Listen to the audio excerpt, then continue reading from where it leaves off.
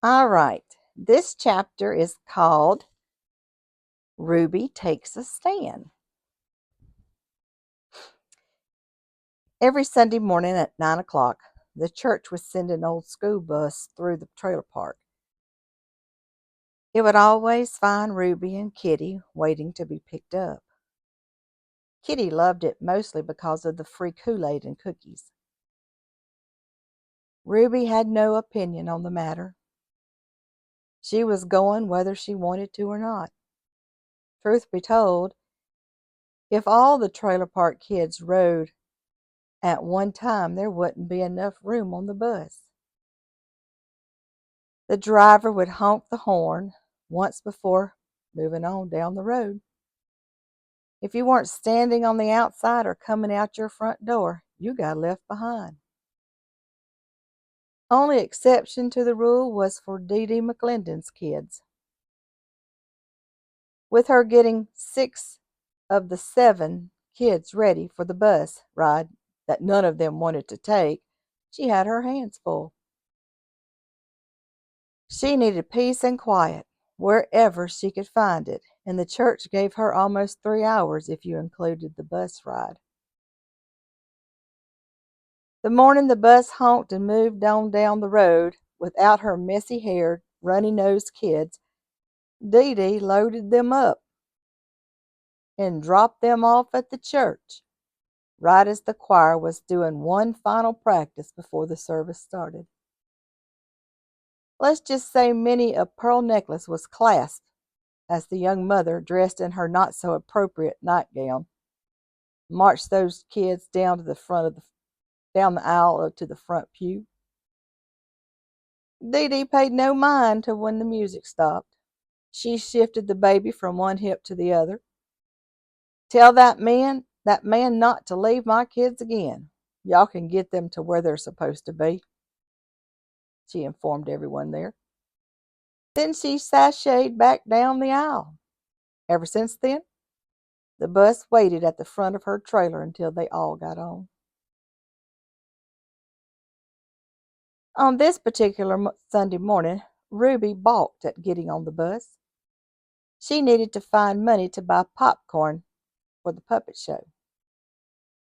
She was looking for coins in the street when she noticed Bertie walking to her car.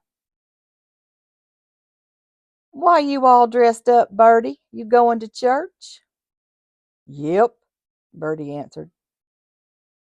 "Is it 'cause Miss Dolores said the devil gonna get you for wetting her new hairdo when she was walking that old dog?" "No, it is because that heifer done put me on the prayer list saying I ain't living right. Now, those church women won't stop calling my phone. I'll get that old hag back. Mark my word, Rubiana, mark my word." Ruby continued to look for corns. "What are you buying now, child?" Bertie asked. "I sold enough candy bars to go to the puppet show on Friday. Now they're going to have popcorn, and I want some," Ruby replied. "Here, maybe this will help me get off that stupid sinner list at the church." Bertie reached into her purse and gave the child $1. Now that all her worries about the puppet show were taken care of, Ruby retreated to her swing to wait for lunch, staying far as possible from the sight of her daddy. Little did she know before this day would be over, her life would never be the same.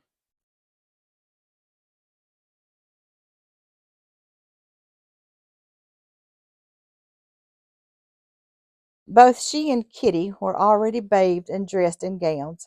Her mamma had one of her headaches, which meant an early bedtime for the girls. Ruby was coming down the hallway from the bathroom when she noticed her daddy reaching for the candy bar box on top of the refrigerator. She almost pushed Kitty down trying to get to the kitchen. She stood watching him pick the dollar bills out of the box. "That's my money." She got up enough nerve to say it out loud. He didn't acknowledge her. He had run out of beer, and all he cared about at that moment was getting more. Ruby had seen it time and time again. It was the reason she went to school without lunch money, the same reason the lights were turned off every so often, the reason there was no milk for cereal, and sometimes no cereal. He would never remember what he had done, but Ruby always did. I said that is my money, she yelled at her father. She had never done that before, not to his face anyway. Ruby tossed the box down on He tossed the box down on the kitchen floor. The coins that were left in the box scattered all over the floor. No! Ruby grabbed for the money as her daddy waved it in front of her face. He just laughed as he made his way out the door. Bertie and her handsome new neighbor were standing outside when they heard the commotion. Ruby was latched on to her daddy's arm, refusing to let go. Give it back, it's my money, the child yelled again and again. Both he and the child fell out the door and down the steps. He was too drunk to feel anything, but Ruby skinned her knees in the palms of her hands. She curled up on the concrete pad like a ball, crying. Bertie yelled from across the road at the drunken man to stop. I'll tend to you later, he told the child, and left. Bo picked up the sobbing child and toted her back inside her house, Bertie leading the way. Everyone in the trailer park knew something wasn't right in Ruby's family, but what revealed itself that night would change Bertie forever.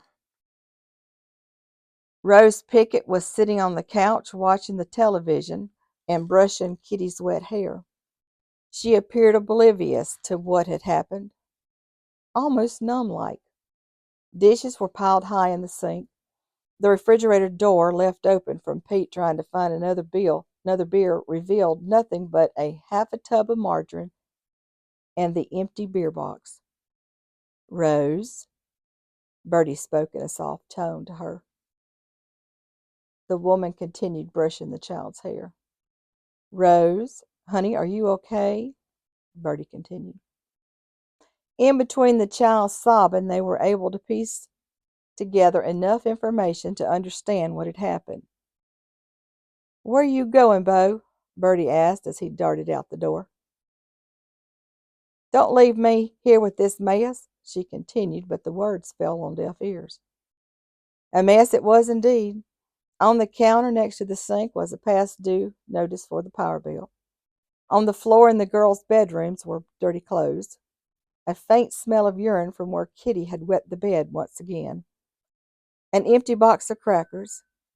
A carton of milk was sitting on the dresser. It was a week expired and at room temperature. In the corner was some papers, half burnt. Kitty was playing with matches again, Ruby explained. Bertie asked why did Kitty have matches in the first place, but Ruby just shrugged her shoulders. Rose, you need to get some help, dear. Bertie sat down next to her. I'm going to get you some, okay? Bertie promised, but the words never seemed to register. Not sure what to do next, Bertie ran back to her trailer and called Dolores. Then she grabbed her dishwashing soap, her extra sheets, a can of biscuits, and a half-gallon of milk she had in her own fridge. As the women quietly slipped out of Ruby's trailer, they noticed that Bo had made it back home. He was pacing on the sidewalk as they walked up. Where'd you go? Bertie asked. Here, Bo said as he handed the money over to his new girlfriend. Now, I know that drunk man didn't just hand over all that willy-nilly, did he? Dolores chimed in. Shut up, woman, Bertie scolded her friend. Bo continued to pace back and forth. The women followed suit. Where did you go, Bo? Bertie's voice was sounding a little more nervous. Give him room, sister, Dolores instructed. Bo lit another cigarette. He kept thinking to himself, why did he get involved? He's down in a ditch down there at the 7-Eleven. So, no, he didn't just hand it over all willy-nilly. Bo was agitated. Is he dead? Dolores blurted out. I told you to stop talking, woman, Bertie said as she was pawing at her friend's arm. The man took another long draw off his cigarette and flicked it onto the ground. Oh, sweet Jesus, he's dead, ain't he? We going to jail, Dolores. We going to jail. Bertie stole a cigarette and nervously tried to light it. What you mean, we? Why you call me down here? I ain't done nothing but change those nasty sheets and wash some dishes. That's all I did. I going home. Forget y'all even know my name. Jail? I don't think so. I done nothing. I saw nothing. I know nothing. I don't even know those folks. Call me down here. Dolores informed them both of her intentions. She took a drag off her friend's cigarette, then stomped off down the sidewalk towards her car with it still in her hand. Bertie insisted Bo go on inside and not say another word. Come on, Dolores. We're going to see, Bertie yelled down the sidewalk. Shh! You trying to wake up a few witnesses to all this mess? Dolores yelled back. The two women jumped in Dolores's car and headed to see if the man was dead or not. Deep down inside, both of them felt a little guilty, hoping he was. All the way there, each trying their best to justify the Lord taking that drunkard on home. Did you see the refrigerator? One of them said, followed by the other mentioning, not the first bite of food in there. There were more than a few of their saying, bless those babies too. Well, there you go. That's all I got so far. I wonder if Pete Pickett is dead. I guess you'll have to see next time. Well, I listened to it. I listened to the tape of me trying to spit those words out. Lots of grammar errors in there. It doesn't feel smooth. It doesn't talk smooth. So what I'm going to do is I'm going to leave this video and then I'm going to go in there in the room and I'm going to rewrite to make it smooth. And then tomorrow I will post the updated version and you can tell me if it's better.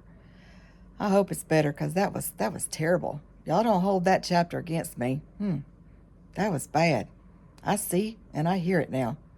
All right, but then again, do we really want to know what happened to Pete Pickett? Is he dead?